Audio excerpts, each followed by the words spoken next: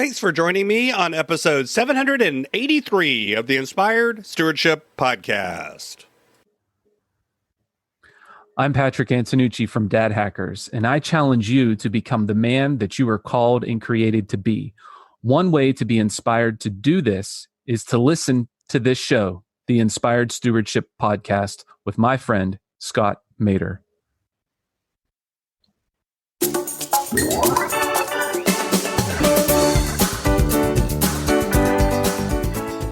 And then you can begin to start. And when is the right time to start? It's always 20 years ago if you could start then. But if you couldn't start in the past, which most of us can't, if you haven't started already, then today is always the right time to start. Welcome and thank you for joining us on the Inspired Stewardship Podcast. If you truly desire to become the person who God wants you to be, then you must learn to use your time, your talent, and your treasures for your true calling. In the Inspired Stewardship Podcast, you will learn to invest in yourself, invest in others, and develop your influence so that you can impact the world.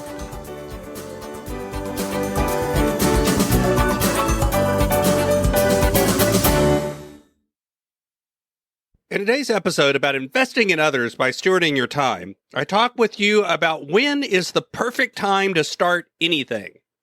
I also share why, despite what you're going to feel, there's always resistance to getting started. And I also talk with you about a few tips on how you can get started despite feeling that resistance. As we talk about stewarding your time, wouldn't it be great if you could support this podcast and do it without just taking too long? Turns out you can't. All you have to do is use inspiredstewardship.com/Amazon when you're ready to make a purchase via Amazon, and a small commission will come back to support the show just that quick. If you enjoy the show when you are ready to buy from Amazon, just use inspiredstewardship.com/Amazon. One of the biggest barriers to success and to productivity isn't really a lack of money. It's usually not even a lack of time. It's not a lack of any sort of research or knowledge or skill that you don't have. Typically, the single biggest obstacle standing between us and our success and our productivity is simply getting started.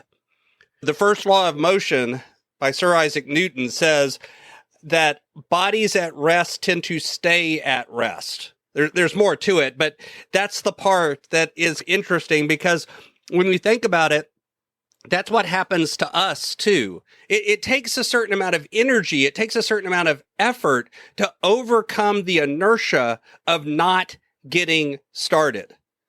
And now I'm sure you've had situations in your life where you didn't have any problem getting started. Maybe your boss or somebody who you really care about said, if you don't get this done by this day, there's going to be massive consequences. Maybe you'd be fired. You wouldn't get the contract. Maybe your spouse or your significant other would be upset with you. Whatever it is, maybe you even set the fire under your own tail end. Maybe you said, I'm not going to bed tonight until I finish XYZ. Those sorts of things, that sort of motivation by deadline does work, but it's usually not the best long-term strategy. It usually begins to cause problems for us over the long term. Instead, usually if we can find something we want, set a goal, and connect it to two things, a good reason why we want it, finding a why, an emotional connection, and some small action that we can take now. Something with a very minimal cost. Because the truth is, at the end of the day, why don't we get started? Sometimes it's habit. Sometimes it's because we don't have something that we need to do to get it done. Sometimes it's because we perceive that the cost, the effort is too high. It's not worth getting started because it's going to take me too long. And sometimes it's because we're lying to ourselves and we say it's something we want, but we really haven't connected it to a good emotional reason. We don't really want it that bad after all. Maybe we're doing it because we think someone else wants us to do it, not actually because we want to do it. That last one's not all that common, but it does happen. Instead, usually we are either in the habit of not taking action, or we see the action as too hard, too risky, too costly, too difficult, and we need to reduce that risk to a level that we can manage. That means we need to downsize the task to something that is much easier to get started with. You can brainstorm, what are all the ways I can make progress on this goal? If it's losing weight, I could exercise more, I could change my diet. How could I change my diet? How could I exercise more? And brainstorm possibilities. If it's finding a new job, you can reach out to your friends and family. You can cold call people. You can just begin to apply online. All of these are possibilities, but generate as many ideas as possible. And it may take you some time. It may take a little bit of effort. And by the way, you've now already started. You've already begun to take action, which helps fight against that habit of inaction. Because the truth is, when you get in the habit of taking action, it gets to be easier. Maybe then you keep trying. Maybe you talk to some friends or family and help them and get them to help you identify some small steps. And then when you identify one small step that has the lowest cost, you begin to implement it. You begin to actually take action on that small step. Now, here's the truth. No matter what, you're always going to have resistance to take action. The truth is that inertia, that feeling of staying at rest, is neurochemically, it's wired into us. It's part of what causes sometimes actual psychological concerns like depression and other things that we need more mental health help with. But it also creates this resistance that just is going to occur naturally. It creates a negative emotion, and that is wired into us.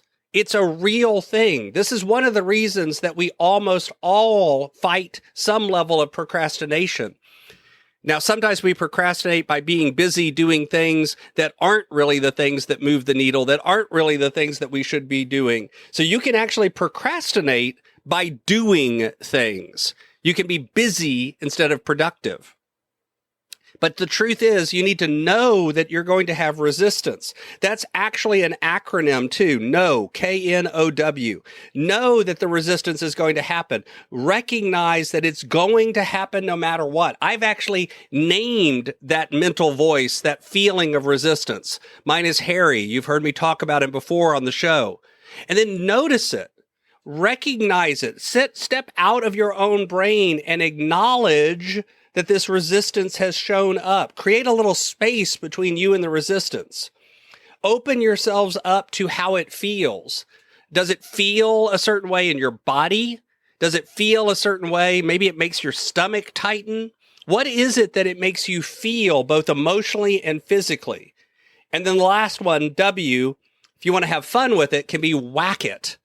That means actually try to knock it down. Welcome it is another way of saying recognize it and acknowledge it and feel it and welcome the fact that it's there. Realize the resistance is there to try to protect us from harm. It's not a bad thing. We're trying to procrastinate so that we don't do something risky. But if you've identified that it's really not something risky, then as you acknowledge that resistance, as you feel it, you can go ahead and take action anyway. And then you can begin to start. And when is the right time to start? It's always 20 years ago if you could start then. But if you couldn't start in the past, which most of us can't, if you haven't started already, then today is always the right time to start. Thanks for listening.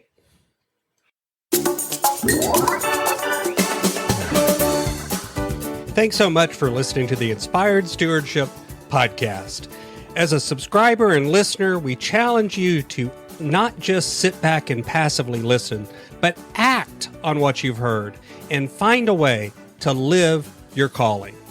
If you like this episode on the stewardship of time, be sure to sign up for our Stewardship of Time Tips series by going to inspiredstewardship.com/time or texting 44222 Time Tips, and that'll get you our best tips on stewarding your time. Until next time, invest your time, your talent, and your treasures. Develop your influence and impact the world.